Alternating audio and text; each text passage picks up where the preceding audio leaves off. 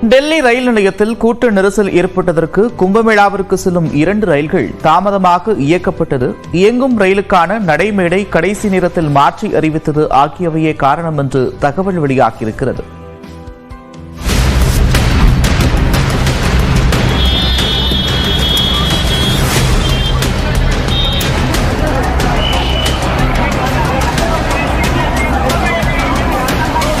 உத்தரப்பிரதேசத்தில் நடைபெறும் மகா கும்பமேளாவிற்கு செல்வதற்காக நியூ டெல்லி ரயில் நிலையத்தில் குவிந்த பயணிகள் நெரிசலில் சிக்கி உயிரிழந்த கோர காட்சிகள்தான் இவை.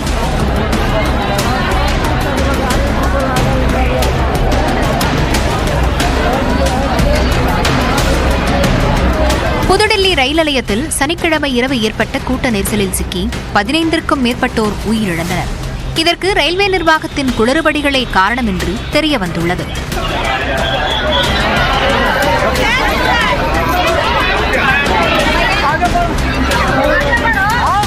அதாவது மகா கும்பமேளாவுக்கு செல்லும் பயணிகளின் வசதிக்காக இயக்கப்பட்ட பிரயாக்ராஜ் சிறப்பு ரயில் நடைமேடை 12லிருந்து புறப்படும் என்று அறிவிக்கப்பட்டிருந்த நிலையில் அந்த நடைமேடையில் ஆயிரக்கணக்கான பயணிகள் குவிந்திருந்தனர்.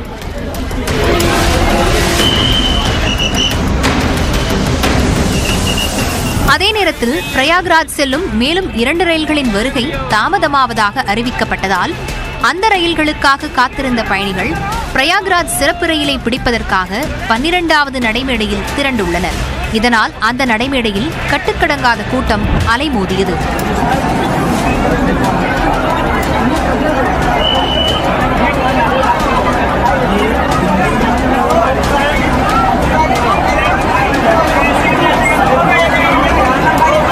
அப்போது பிரயாக்ராஜ் சிறப்பு ரயில் 12வது நடைமேடைக்கு பதிலாக 14வது நடைமேடையிலிருந்து புறப்படும் என்று திடீரென அறிவிப்பு வெளியிடப்பட்டது.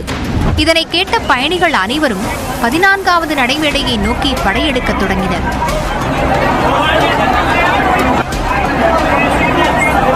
இதன் காரணமாக 14வது நடைமேடையில் நகரும் படிக்கட்டு பகுதியில் கடும் நெரிசல் ஏற்பட்டு அசம்பாவிதம் நிகழ்ந்திருப்பது தெரியவந்துள்ளது.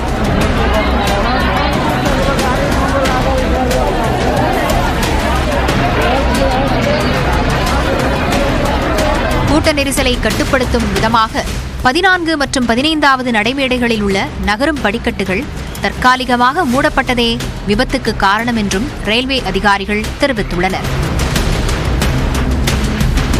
புதுடெல்லி ரயில் நிலையத்தில் சனிக்கிழமையன்று 1 மணி நேரத்துக்கு 1500 டிக்கெட்டுகள் வீதம் விநியோகிக்கப்பட்டதால் ரயில் நிலையத்தில் கட்டுக்கடங்காத கூட்டம் கூடியதாகவும் அதிகாரிகள் தெரிவித்துள்ளனர்.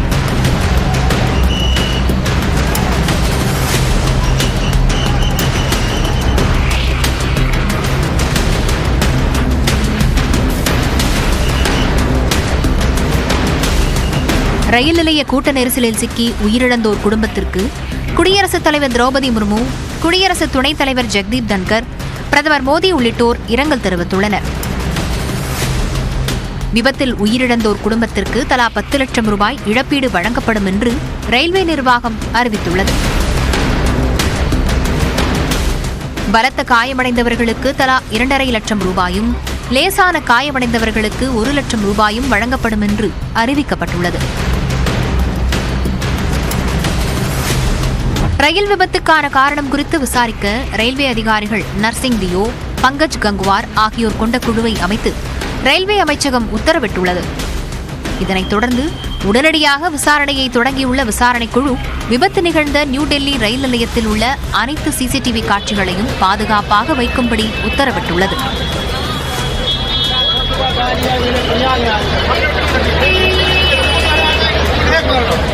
இந்த சம்பவம் ரயில்வேயின் தோல்வியையும் அரசின் உணர்வின்மையையும் மீண்டும் ஒருமுறை எடுத்துக்காட்டியிருப்பதாக மக்களவை எதிர்க்கட்சித் தலைவர் ராகுல் காந்தி குற்றஞ்சாட்டியுள்ளார். ரயில்வே நிர்வாகத்தின் தோல்வியால் பலர் உயிரிழந்திருப்பதாகவும் இதற்கு ரயில்வே அமைச்சர் பொறுப்பேற்க வேண்டும் என்றும் முன்னாள் ரயில்வே அமைச்சர் லாலு பிரசாத் யாதவ் தெரிவித்துள்ளார்.